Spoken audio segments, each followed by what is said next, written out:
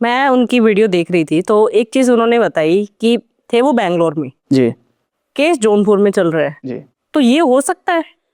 अब मैं हूँ यहाँ पे गुड़गांव में, चला दूं मैं केस कश्मीर में? हाँ जी, ये misuse of process of law है, abuse of process of law, क्योंकि आपने कुछ करके वो ज्यूरिसडिक्शन उस जगह की दिखा दी। देखिए, जैसा कि अतुल सुभाष ने अपनी वीडियो में बताया है, केस उस जगह पे फाइल होना चाहिए या तो जहाँ पे शादी हुई, यहाँ जहाँ पे वो दोनों एक साथ रह रहे हैं, या जहाँ पे लेडी के साथ जाती हुई। अब वो तीनों ही जगह बैंगलोर थी इस केस में, if I am not wrong, if I know the facts correctly.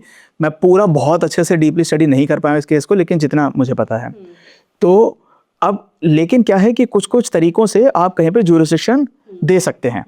तो वो लेडी भी जौनपुर में नहीं रह रही थी। Jaunpur was the place which was most suitable for her, because her paternal setup, her मायका वाज इन जौनपुर।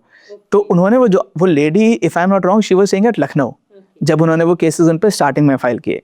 तो वो केस या तो लखनऊ में फाइल करते हैं अपनी सहूलियत के लिए, या बैंगलोर। लेकिन अगर जौनपुर में भी फाइल किया तो अतुल सुभाष का जो भी स्टेटमेंट है, जो भी टेस्टिमनी है, उसको वीडियो कॉन्फ्रेंस से ले लेते हैं सुप्रीम कोर्ट तक। वीडियो कॉन्फ्रेंसिंग से आप कहीं से भी अपीयर हो सकते हैं, सुप्रीम कोर्ट्स में, हाई कोर्ट्स में। तो जौनपुर में लोकल कोर्ट में क्यों नहीं वो वीडियो कॉन्फ्रेंसिंग से हो जाता? मतलब उस व्यक्ति को 40 बार बैंगलोर से जौनपुर जाना पड़ रहा है। एक बार की टिकट का शायद 7-8 हज़ार का खर्चा होता होगा एक साइड का, तो 20,000 रुपये उसके आने जाने में, टिकट के, फ्लाइट के और टैक्सी के लग गए। और उसको जितना फ्रीक्वेंटली आना पड़ रहा है उसको उतना पैसा लगता जा रहा है। Obviously it is harassment also.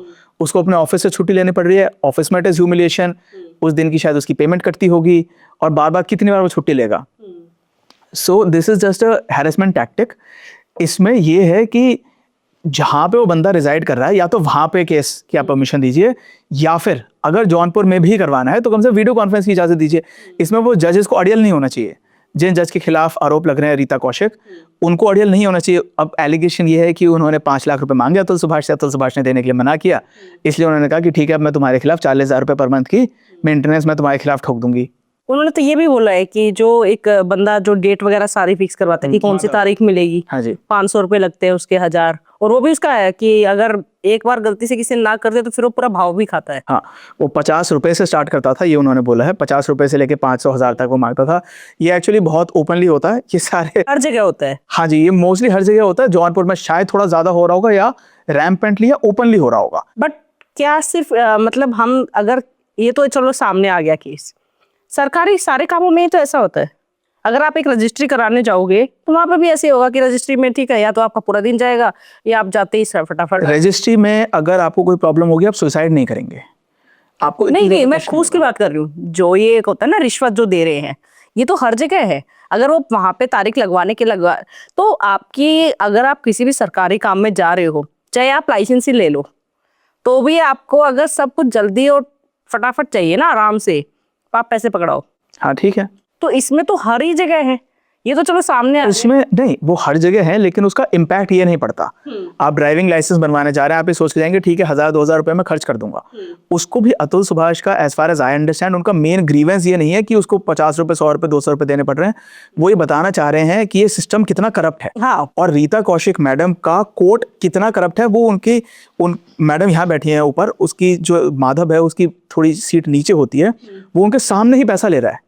आपको लेना है, आप छुप के ले लीजिए, साइड में ले लीजिए, मतलब obviously that is not a desirable situation. लेकिन आप ओपन कोर्ट में ले रहे हैं पैसा, दैट, और मतलब ओपनली ले रहे हैं, जज के सामने ले रहे हैं, तो ये हद है।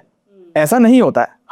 हम भी सारे डिस्ट्रिक्ट कोर्ट्स में जाते हैं, दिल्ली के आसपास के, दिल्ली एनसीआर कोर्ट्स में जाते हैं, ऐसा कहीं नहीं होता। लिया जाता है पैसा, लेकिन बिल्कुल ओपनली नहीं, जज के सामने नहीं तो इसमें क्योंकि जज पे भी अब उंगली उठेगी कि तुम्हारे सामने वो पैसा कैसे ले रहा है। थोड़ी तो शर्म लिहाज बचनी चाहिए ना। अंडर द टेबल लेना है, मतलब कम से कम अंडर द टेबल ले लो, लेकिन आप ओपनली सामने से मांग रहे हो, that is very shameful. It is fine. उसकी देखिए, इनकी तनख्वाहें थोड़ी कम होती हैं सरकारी, तो everyone wants to grow, they want to grow financially, they want to grow in many ways. तो ठीक है, उसकी फाइनेंशियल एम्बिशंस हैं कि मैं ज्यादा पैसा कमाऊं, लेकिन आप कम से कम उसे छुपा के ले लो। वो ये इंडिकेट करना चाह रहे हैं अतुल सुभाष की कितना ज्यादा सिस्टम करप्ट है। और जज भी ओपनली मांग रही है, ओपन कोर्ट में कह रही है कि 5 लाख रुपए मुझे दो, नहीं तो मैं तुम्हारे, नहीं तो, I mean she was giving sarcastic looks to him when he refused to give the money. कि अच्छा नहीं दोगे वैसे। तो ये होता है वैसे, जज होते हैं ऐसे? नहीं, जज बिल्कुल होते हैं, डेफिनेटली। कोई भी इंडिया में गवर्नमेंट इंस्टीट्यूशन हो या प्राइवेट इंस्टीट्यूशन हो, कोई भी 100% दूध का धुला नहीं है। ओके। ठीक है, सब जगह करप्शन होती है, लेकिन कहीं ज़्यादा कहीं कम। जैसे हमारे डिफेंस फोर्सेस में बहुत कम होती है comparatively, compare to these civilian organisations. लेकिन बात यह है, इसमें हैरान करने वाली बात यह है, चौंका देने वाली बात यह है कि ओपनली हो रही है। और वो इतने दावे से कह रहे हैं अतुल सुभाष कि अगर आप जौनपुर में ये बात सार्वजनिक है, आप किसी से पूछ लीजिए कि रीता कौशिक की कोर्ट में करप्शन होती है, वो पैसा मांगती है, माधव को पूरी दुनिया जानती है कि वो पैसा लेता है। This is the thing which is very strange.